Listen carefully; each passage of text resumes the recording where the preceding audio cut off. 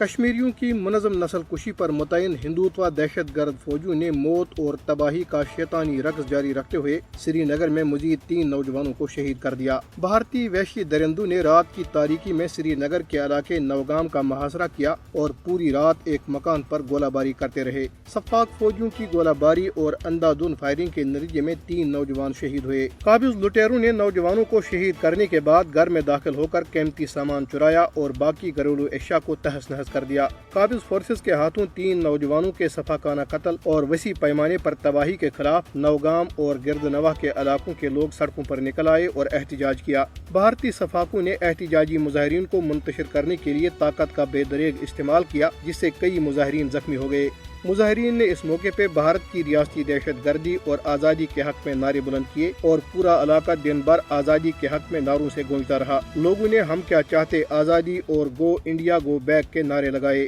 درندگی اور حیوانیت کے اس ہولناک واقعے سے محض ایک دن قبل بھارتی فوجیوں نے ضلع پلوامہ میں ایک نوجوان کو فرضی جھڑپ میں شہید کیا تھا۔ نوگام سری نگر میں 3 نوجوانوں کی شہادت سے گزشتہ 10 روز کے اندر شہید کیے گئے سرفروشوں کی تعداد بڑھ کر 11 ہو چکی ہے، جبکہ اس دوران درجنوں مکانات کو گولہ باری کے ذریعے تباہ کیا گیا ہے۔ حریت قائدین نے مقبوضہ کشمیر میں بھارتی فوج کے ہاتھوں قتل عام اور تباہی کے بڑھتے ہوئے واقعات پر شدید رد عمل کا اظہار کرتے ہوئے کہا ہے کہ ہندوتوا کے پجاری کشمیر کو قبرستان اور کھنڈرات میں تبدیل کرنے پر تلے ہوئے ہیں۔ انہوں نے نوگام، پلوامہ، سوپور اور دیگر علاقوں میں شہید ہوئے نوجوانوں اور دیگر شہدائے آزادی کو شاندار خراج عقیدت پیش کرتے ہوئے کہا ہے کہ ان شہداء نے جس عظیم نصب العین کے حصول کے لیے اپنی جانیں قربان کی ہیں، اس مقصد کے حصول تک جدوجہد جاری رکھی جائے گی۔ انہوں نے کہا کہ شکست، ذلت اور رسوائی ہندوتوا کے علمبرداروں کا مقدر ہے اور اگر بھارت اپنی پوری فوج بھی کشمیر میں جھونک دے تب بھی وہ ناکامی اور عبرتناک شکست سے نہیں بچ سکتا۔ کل جماعتی حریت کانفرنس کے غیر قانونی طور پر نظر بند سینئر رہنما میر وائز عمر فاروق نے معروف کشمیری صحافی فہد شاہ پر قابض انتظامیہ کی طرف سے کالا قانون پبلک سیفٹی ایکٹ لاگو کرنے کی شدید مذمت کی ہے۔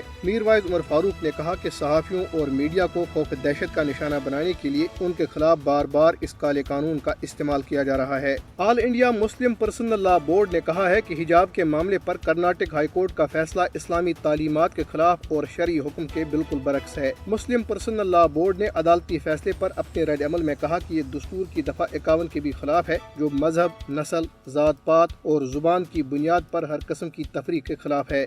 پاکستان نے بھارتی ریاست کرناٹک کی ہائی کورٹ کی طرف سے تعلیمی اداروں میں مسلم طالبات کے حجاب پر پابندی برقرار رکھنے کے فیصلے پر شدید تشویش کا اظہار کیا ہے۔ پاکستان میں دفتر خارجہ کے ترجمان آصف افتخار نے کہا کہ بھارت میں عدلیہ، انصاف اور مساوات کے اصولوں کو برقرار رکھنے میں مکمل طور پر ناکام ہو چکی ہے۔ انہوں نے کہا کہ اس فیصلے سے بھارت میں مسلم دشمن جاری مہم میں ایک نئی تیزی کی نشاندہی ہوتی ہے، جہاں مسلمانوں کو نشانہ بنانے کے لیے سیکولرزم کو ایک ہتھیار کے طور پر استعمال کیا جا رہا ہے۔ دفتر خارجہ کے ترجمان نے خدشہ ظاہر کیا کہ ہائی کورٹ کے اس ناقص فیصلے سے بھارت میں اقلیتوں، خاص طور پر مسلمانوں کو مزید پسماندہ کرنے کی رفتار کو تیز کیا جائے گا اور RSS کے ہندو انتہا پسندوں کو انہیں نشانہ بنانے کی کھلی چھوٹ مل جائے گی۔ انہوں نے بھارتی حکومت پر زور دیا کہ وہ اقلیتوں، بالخصوص مسلمانوں کے تحفظ اور سلامتی اور ان کے مذہبی حقوق کے تحفظ کو یقینی بنائے۔